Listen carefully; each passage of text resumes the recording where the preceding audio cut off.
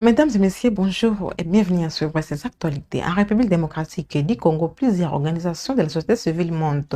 Ukraine réclame un dialogue intercongolais réellement inclusif. Dans une déclaration rendue publique à Kinshasa cette semaine, elle dénonce les conditions posées par le président Félix qui dit qu'il juge restrictives et peu crédibles. Cette structure appelle à une médiation neutre, notamment de la CENCO, de l'ECC ou encore de l'Union africaine. Reportage.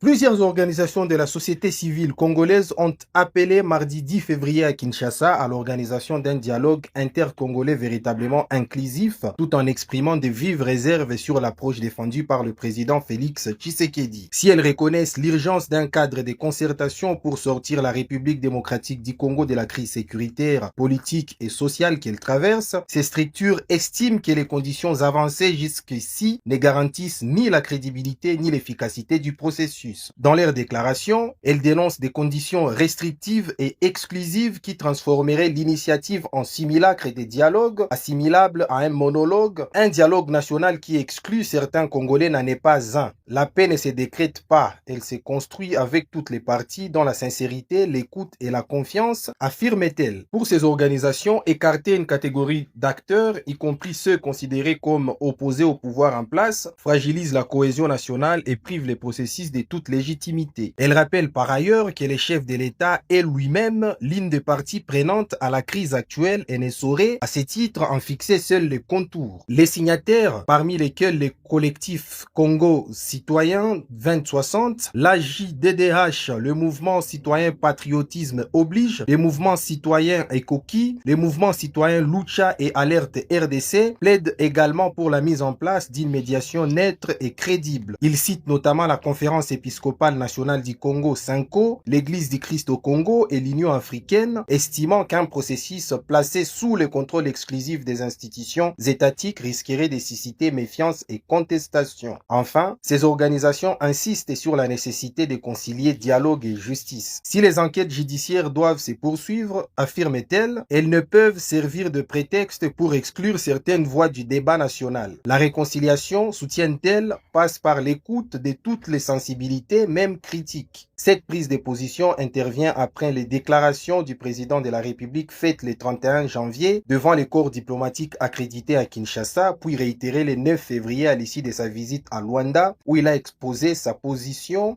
du dialogue national.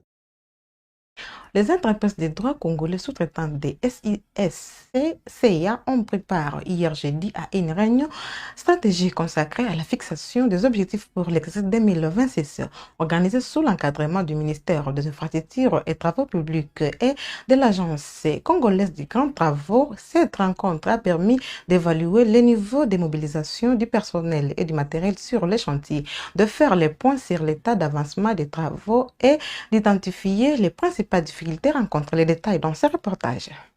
Les questions liées à la coordination des projets, le planning des travaux, l'état de mobilisation du personnel et du matériel sur différents chantiers, l'avancement des travaux et les difficultés rencontrées par les entrepreneurs, voilà autant de points traités lors de cette réunion à l'Agence congolaise des grands travaux ce jeudi 12 février 2026 sous la conduite du ministère des Infrastructures et Travaux publics. Autour de la table, aux côtés du représentant du ministre, l'Agence congolaise des grands travaux, son maître d'ouvrage délégué, la PCSC, bras financier du programme, et Cisque SA comme entrepreneur principal, se trouvaient les entreprises de droit congolais Adi Construct, Mongabaon SRLU, Léopard Construction, AOA, 2K Service, Mirage Construction et Horizon Corporation, tous sous-traitants de Cisque.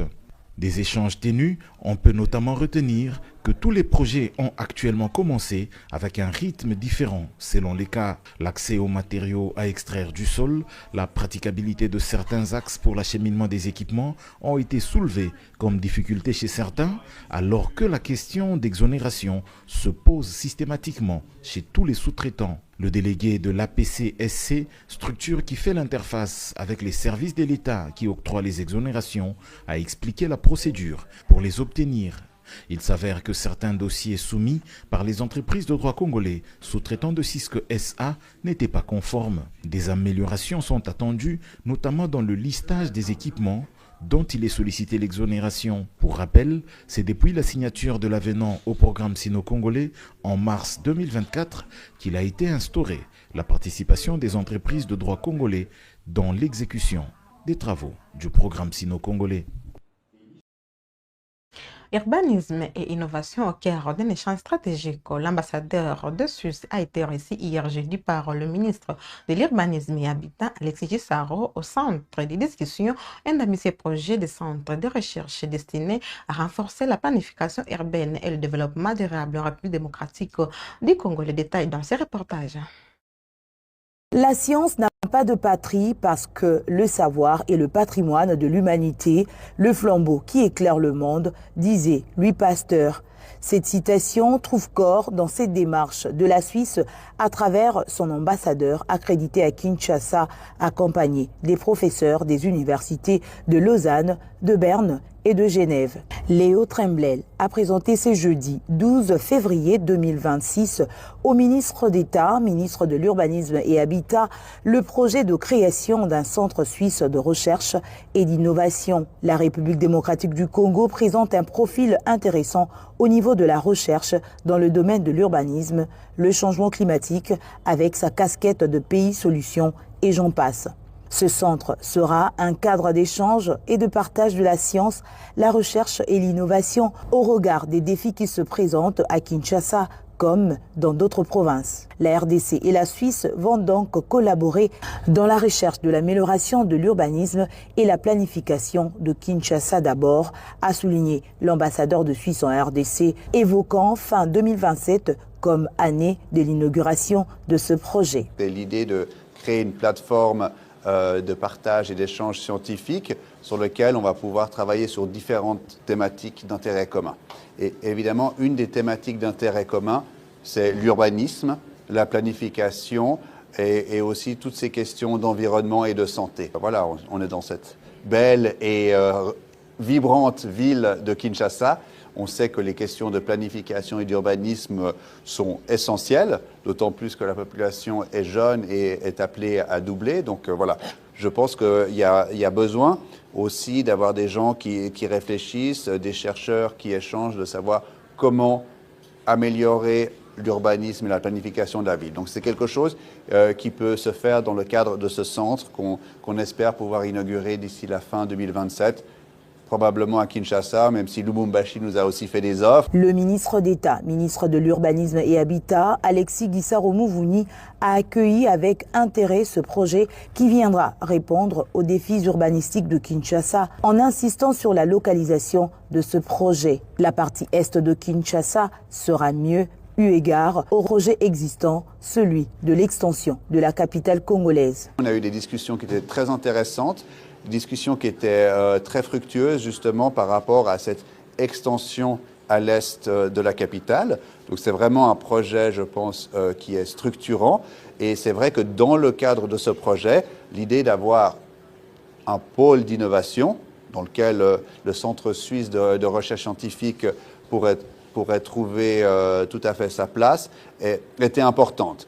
Donc on s'est mis d'accord avec le ministre qu'on allait se revoir d'ici la pause estivale pour peut-être être plus concret dans la planification par rapport à cette extension à l'Est. Où est-ce qu'un tel centre pourrait faire du sens? La philosophie de ce projet de création du Centre suisse de recherche et d'innovation est de partager les expériences des universités suisses et congolaises pour des réflexions au regard des défis dans les domaines comme l'urbanisme, l'environnement et la santé. D'un ministère à un autre, le ministre de l'Agriculture, Mwindo Zeng, annonce l'accélération de l'opérationnalisation des cantines scolaires.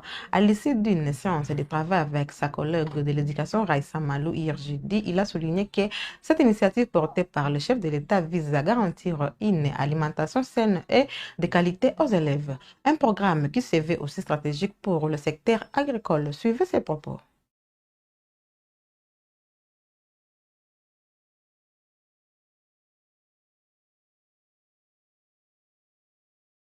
Nous sommes d'abord très heureux en tant que ministère de l'Agriculture et de la Sécurité alimentaire d'avoir participé à l'invitation de Mme Lamineta, ministre de l'Éducation nationale, à cette séance sur l'opérationnalisation des cantines scolaires.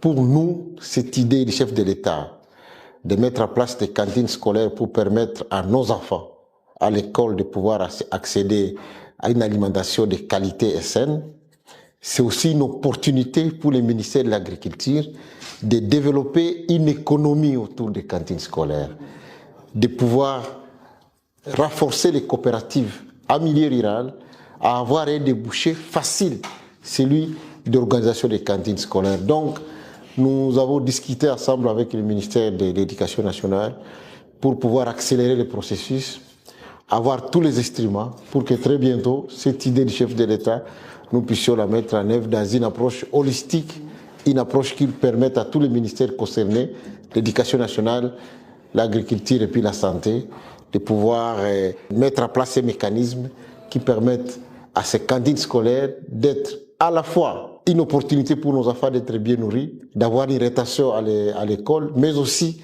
une opportunité économique de création de richesses pour les agriculteurs en milieu rural.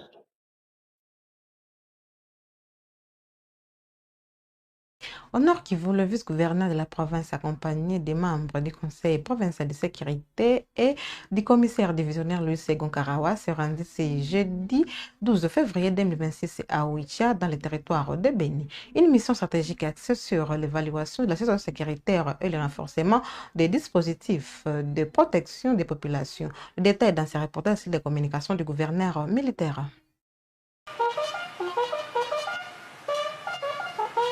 Nous sommes à Oicha, chef-lieu du territoire de Beni, lequel territoire est victime d'affres répétitifs commis par le terroriste ADEF. Le comité provincial de sécurité s'est déplacé de la ville à ces territoires pour palper la réalité afin d'apporter des réponses à la hauteur. L'occasion faisant les larrons, le vice-gouverneur du Nord Kivu, Louis Segon Karawa, chef de la délégation qui a présidé le comité provincial de sécurité, a reçu quelques couches de population. Pour des échanges très édifiants, renseigne Richard Kirimba, vice-président de la société civile locale. Nous venons de rencontrer l'excellence, monsieur le vice-gouverneur du Nord Kivu. Nous sommes revenus sur certains éléments qui font à ce que la situation où les opérations militaires ne s'améliorent pas. Et pour nous, nous avons vraiment parlé du défi de la maîtrise de la zone. Donc lorsque les opérations sont à profondeur, on ne sait pas qu'il y a un réel dispositif pour contenir la situation dans les agglomérations au moment où l'armée est à profondeur là-bas. On peut aussi parler de la problématique des rivières Teturi et Semuliki. Parce que vous comprenez, ces rivières permettent la traversée ou le mouvement facile des ADF, soit à provenance de l'Ituri vers Benimbaou, soit à provenance de Benimbaou vers Bachou, vers Rwenzori à travers Semuliki et à l'ouest à travers Teturi. Et nous nous inquiétons du fait qu'il n'y a jamais eu même une unité de force navale pour des outils favorisant les FARDC à bien travailler même sur ces rivières-là ou contrôler même ces rivières. Le vice-gouverneur du Nord Kivu, avant de quitter Oicha, a circonscrit cette descente. Nous sommes d'abord venus premièrement pour compatir avec la population, les encourager. Vous savez que c'est une population qui est résiliente. Et en tant qu'humain, à un moment donné, on peut toujours fléchir dans ce qu'on pense, dans ce qu'on fait. Mais il fallait les encourager pour dire que oui, nous sommes dans une guerre asymétrique et que l'État ne les a pas oubliés. Nous prenons toutes les dispositions pour qu'un jour on mette fin à cette ignoble attaque. Téné, il ne se passe aucune nuit sans cri d'alarme dans ce territoire de Beni. Les villages de Mbao et Mabasele en sont des victimes éloquentes. De son côté, le gouverneur du Nord Kivu, Bati Musanga Erasto, sous les M23, a entamé hier jeudi 12 février une tournée d'itinérance dans la collectivité de Bwito, en territoire de Rutshuru. Cette mission vise à s'enquérir de réalités locales et à renforcer la présence des autorités provinciales sur le terrain. Les précisions dans ces reportages de cette communication du gouvernorat du Nord Kivu. Il est 5 h du matin de ce jeudi 12 février 2026. Bahati Musanga Erasto, gouverneur du Nord Kivu, quitte son bureau au musée de Himbi, direction la collectivité de Bwito, territoire de Rutshuru. C'est dans le cadre de l'itinérance, avec comme objectif palper du doigt le vécu quotidien de sa population. Exigence de la bonne gouvernance imprimée par le FC M23 oblige. Le cortège s'est ébranlé, ouvrant l'accès de la collectivité de Buitopar-Kalengera jusqu'à Tongo. Ici, il y a plus de 20 ans qu'ils ont vu le gouverneur, ont-ils témoigné. D'une escale à une autre, nous escaladons les escapements de la montagne Tongo. À bord de sa Jeep 4x4, Bahati Musanga Erasto arrive à Boutaré, où le décor est planté. Un accueil chaleureux lui est réservé. Difficile de contenir les marées humaines. Kabizo, la population de Kabizo a effectué une dizaine de kilomètres pour le rendez-vous à Boutaré. De Boutaré à Bambo, c'est une dizaine de kilomètres. Sur une route en terre battue, Bahati Musanga Erasto, gouverneur de Nord-Kivu, fait aussi l'inspection de route. De marées humaines accueille l'autorité provinciale. Nous sommes à Bambo. Sasa aba babiana betu benye bako nakimbia pembeni ya FDLR, mubambie baachane na FDLR. Mubambie ni bakongomani batoke mupori, bako na njia mbili ya fasi ya kwenda, fasi moja ni kwenda Rumangabo, banatoka ndani ile ujinga yenye wako ndani ya kutatiza population, ya kunyang'anya raia. Njia ingine ya pili ni kuleta silaha yake, anakuya na ikala kwake na hakuna wa kumtatiza. Poursuivant son périple, c'est la localité de Kishiché, groupement de Bambo, qui va boucler l'agenda de la délégation provinciale. Partout où l'autorité provinciale est arrivée, 3 points essentiels ont constitué sa communication. En plus, bref, pour terminer, réuni hier jeudi 12 février 2026 pour sa 1104e séance consacrée aux menaces contre la paix et la sécurité internationale liées au terrorisme. Le Conseil de sécurité des Nations Unies a adopté à l'unanimité la résolution 2816. La République démocratique du Congo a voté en faveur du texte aux côtés des 14 autres membres, prolongeant pour 12 mois le mandat de l'équipe de surveillance et de sanctions appuyant les comités créés par la résolution 1988-2021 chargée du régime de sanctions visant les talibans en Afghanistan. Cette prorogation entrera en vigueur à l'expiration du mandat actuel prévu en février 2026. Merci encore une fois de plus pour votre fidélité.